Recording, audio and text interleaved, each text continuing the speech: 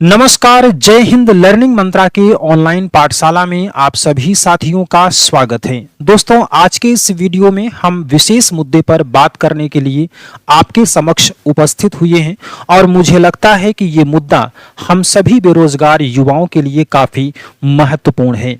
भारतीय संविधान और राज्य व्यवस्था को पढ़ते समय आपने पढ़ा है, समय समय पर कैबिनेट की बैठक बुलाई जाती है और कैबिनेट का मतलब होता है महत्वपूर्ण मंत्रालयों की मंत्रियों की एक बैठक। इसकी अध्यक्षता माननीय मुख्यमंत्री के द्वारा किया जाता है। इसी क्रम में कल यानी 31 अक्टूबर 2023 को प्रदेश के विकास के लिए, प्रदेश में सुशासन को व्यवस्थित करने के लिए और तमाम ऐसे मुद्दों को साधने के लिए कैबिनेट की एक बैठक बुलाई गई और उसमें 20 से ज्यादा महत्वपूर्ण मुद्दों पर फैसला किया गया। मुझे लगता है कि ये सारे महत्वपूर्ण फैसले सरकार के द्वारा जो लिए गए हैं, ये प्रदेश के विकास के लिए आवश्यक है, प्रदेश में सुशासन की व्यवस्था करने के लिए आवश्यक है और इसके साथ साथ में प्रदेश की जनता के कल्याण के लिए ये सभी मुद्दे काफी आवश्यक हैं। लेकिन एक मुद्दा ऐसा भी है जिस पर कभी भी नजर नहीं डाली गई। हम बात करें सबसे पहले कि कल यानी 31 अक्टूबर के जो महत्वपूर्ण फैसले थे, इसमें महत्वपूर्ण फैसला ये था जौहर ट्रस्ट की जमीन वापस लेना। इसके अलावा दीपावली पर उज्ज्वला लाभार्थियों को मुफ्त रसोई सिलेंडर देना, राशन दुकानों पर उन्नत ई पास मशीन लगाई जाएंगी और ये तमाम प्रकार के ऐसे मुद्दे थे जो मैं मानता हूं कि प्रदेश की सरकार के लिए, प्रदेश के विकास के लिए काफी आवश्यक है। लेकिन एक ऐसा मुद्दा भी है जिस पर सरकार की नजर नहीं जा रही है और उसमें से सबसे पहले हम लोग बात कर लेते हैं एलटी ग्रेड विज्ञापन को लेकर।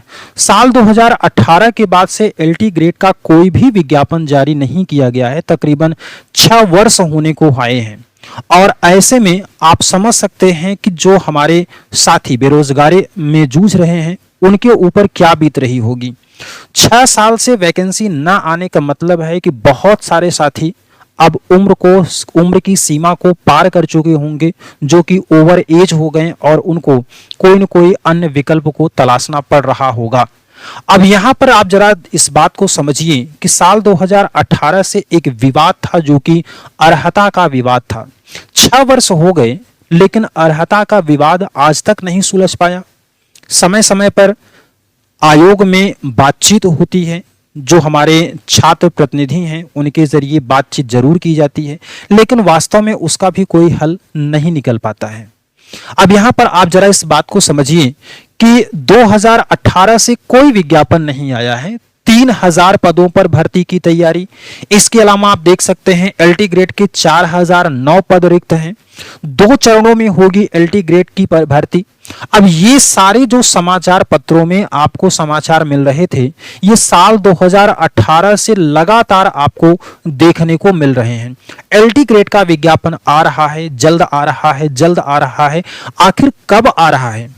और अर्हता का विवाद इतना भयंकर मुद्दा बन गया है कि अभी तक अर्हता का विवाद ही नहीं सुलझ पाया। तो ये बात हमें लगता है कि सरकार को और कैबिनेट को इस पर एक नजर जरूर डालनी चाहिए, क्योंकि हम जो बेरोजगार साथी हैं ये भी आपकी ही प्रजा हैं और विनम्र निवेदन है, अगर बात हमारी वहां तक पहुंच रही है तो निश्चित रूप से इस पर संज्ञान लेने की आवश्यकता है।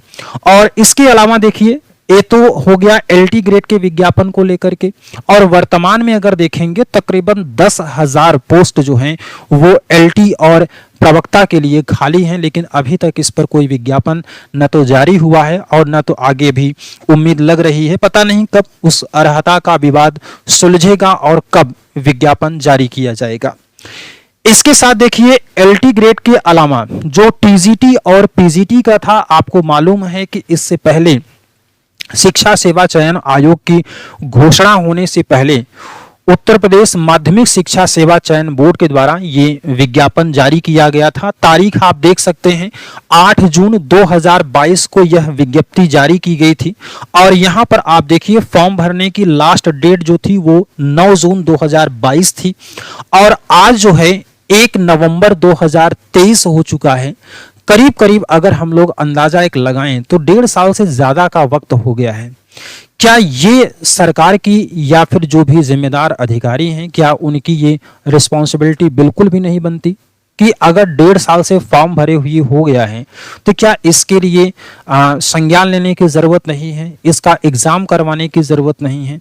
या फिर अगर शिक्षा सेवा चयन आयोग के घोषणा की बात हुई है तो हम करें कि सरकार अगर हर एक मुद्दे को सही समय पर कर रही है, बहुत अच्छे तरीके से सरकार चल रही है, तो फिर इस पर अनदेखी क्यों? क्या हम बेरोजगार ही समाज के उपेक्षित वर्ग हैं, या फिर हम यूं कह लें कि हमारी कोई आवश्यकता नहीं है? तो ये एक बड़ा मुद्दा है हम सभी के लिए भी और सरकार के लिए भी। अब यहाँ पर आप देखिए तो कैबिनेट ने निर्णय लिया था कि मंत्रिपरिषद ने उत्तर प्रदेश शिक्षा चयन आयोग विधेयक 2023 के प्रारूप को अनुमोदित कर दिया गया है। कहा गया था कि प्राइमरी से लेकर के जितने भी शिक्षा विभाग हैं उन सभी के लिए एक ही आयोग होगा। उस समय बड़ी अच्छी एक उम्मीद जगी थी कि जो अब तक अनियमितताएं होती आ रही हैं या फिर लेट लतीफ़ी होती आ रही है वो सारी चीज़ें अब सुधर जाएंगी, लेकिन शायद नहीं। यहाँ पर ये काफी बड़ा मुद्दा है और ऐसा नहीं है कि इस पर संज्ञान लेने की आवश्यकता नहीं है।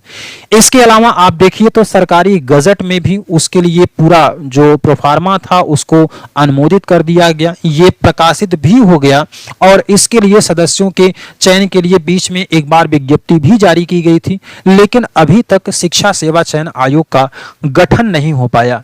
इसके अलावा राजकीय विद्यालयों में वर्तमान की जो खाली सीटें हैं वो एलटी के लिए हैं, 7,471 सीटों को रिक्त बताया गया। तो बहुत सारे ऐसे मुद्दे हैं।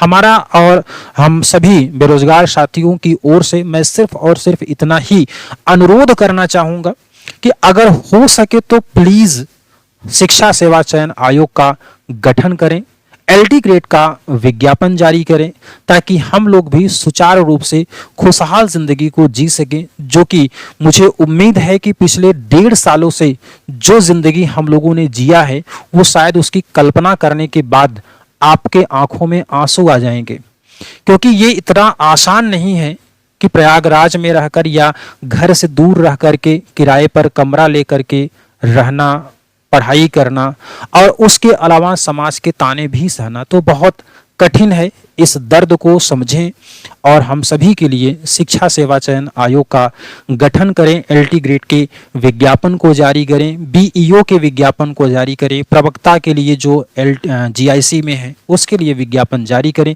सरकार से हाथ जोड़ करके ये विनम्र निवेदन है हमारा भी और जितने भी युवा बेरोजगार हैं प्रदेश का उनके द्वारा भी हम सभी की ओर से ये बहुत ही बड़ी रिक्वेस्ट है कि अगर ये बात आप तक पहुंच रही है तो प्लीज़ इस पर संज्ञान लें। हम सभी आपकी प्रजा हैं और ये विनम्र निवेदन मुझे उम्मीद है कि ये ज़रूर स्वीकार किया जाएगा। धन्यवाद।